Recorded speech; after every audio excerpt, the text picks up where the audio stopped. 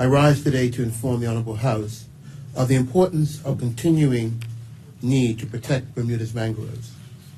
I will start with an interesting fact. Bermuda is the most northerly point on Earth where mangroves grow, thanks to the proximity of the warming waters of the Gulf Stream.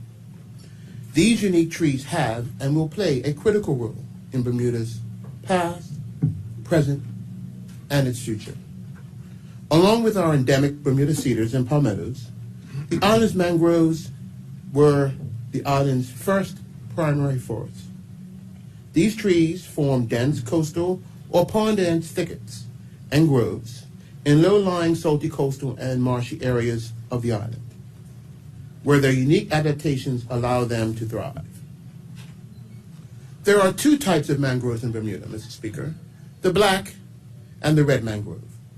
Both types of mangroves grow in association with one another. The red mangroves tend to grow closer to and in the water with their characteristic prop roots, while the black mangroves grow more to the landward side of their habitat. Mangrove forests have been described as the richest wetland resource in Bermuda, having high levels of biodiversity, second only to coral reefs. Furthermore, the terrestrial and aquatic components of the mangrove community support complex food webs and provide a unique habitat for a variety of rare animals. In Bermuda's ponds, these include giant land crabs, green herons, killfishes, and diamondback terrapins, all of which are either native or endemic to Bermuda and protected under the Protected Species Act 2003. In Bermuda's waters, they act as a critical nursery for a whole host of Bermuda's fish species.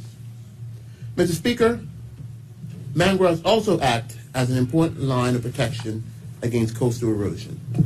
As I have stated in the past in this Honorable House, climate change, particularly rising sea levels, poses an outsized threat to Bermuda. This is due in part to location, size, and topography of our islands. It is also due to the recognition that the ocean which surrounds us is being disproportionately impacted by greenhouse gas emissions. The impact of this will include higher mean sea level tides. Additionally, Bermuda faces a threat of major changes to the marine ecosystem. The effects of climate change are a major threat to Bermuda, particularly the land we live on, especially low-lying areas in the west and east ends.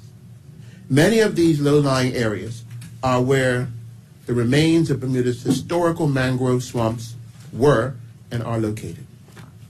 Looking to the future, mangroves are going to continue to play an important role as a critical buffer to some of the most vulnerable low-lying areas,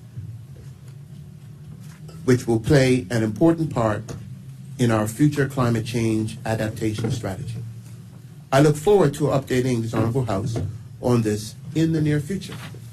Mr. Speaker, just turning back to mangroves, I am pleased to report that the Department of Environment and Natural Resources has recently completed an island-wide mangrove mapping project 2022, thanks to our GIS mapping specialist, Mr. Daniel Dickinson, using a combination of satellite, aerial photography, drones, and on-site ground truthing. The geographical survey estimates that Bermuda has 50.8 acres of mangroves, of which 21.4 acres are located on government-owned land, and 29.4% acres are on privately owned land. The dominant species is comprised of the red mangroves, making up 64%, black mangroves 12%, and remaining 24% is a mix of the two species. While mangroves only make up 0.004% of the island land mass, their value for biodiversity and buffers for climate change far exceed their size. In other words, mangroves punch way above their weight. With this in mind, we need to take every action to ensure that we protect this important natural asset. Mr. Speaker, while we have limited means to counteract the damage caused by nature's wrath, we can and should do our best to address human-related threats, particularly overzealous pruning or outright wanton destruction for short-sighted human-centered desires, including views, convenience, and aesthetics. In fact, the Department of Environment and Natural Resources is currently investigating a major incident on the property of an exclusive private club, which has significantly impacted large stand of protected mangroves. Mr. Speaker, in the incident I just mentioned, a group of healthy, mature red mangroves, about 20 mature species, which were 30 to 40 feet high, were cut to 4-foot stumps.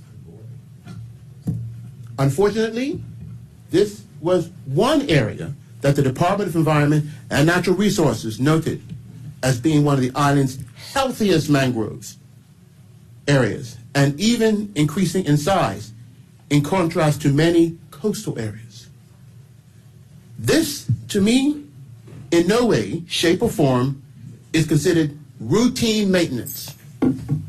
Unfortunately, Denner estimates perhaps 90% of the mangrove's ecological value is now gone.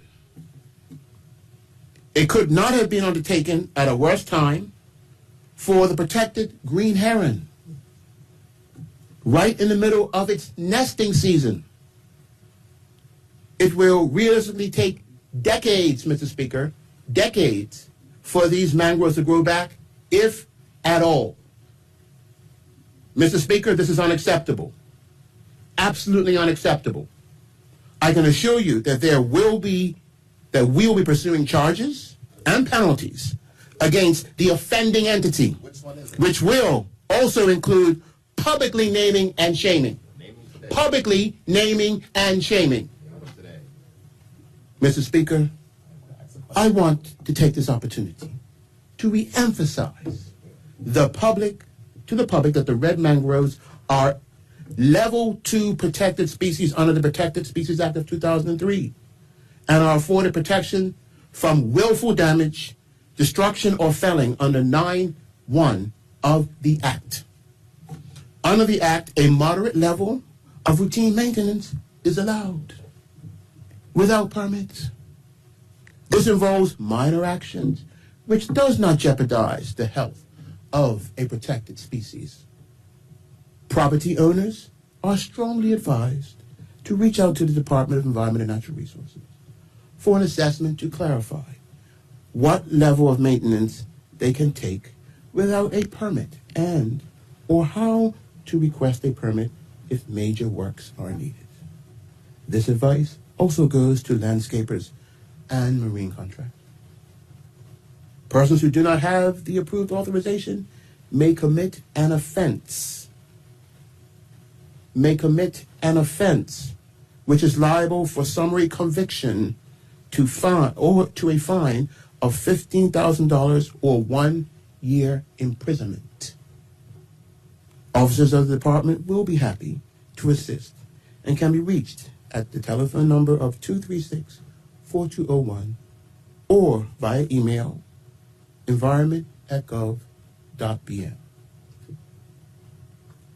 Mr. Speaker, in closing, there are those in our community who may think, for the sake of development, profit, or so-called progress, a lax approach should be taken to these matters.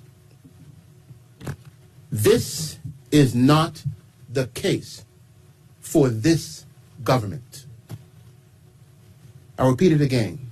This is not the case for this government.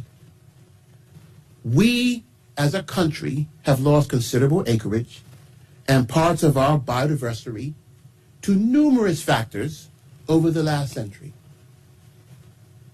Preserving, protecting biodiversity is now a global priority, not just a local one.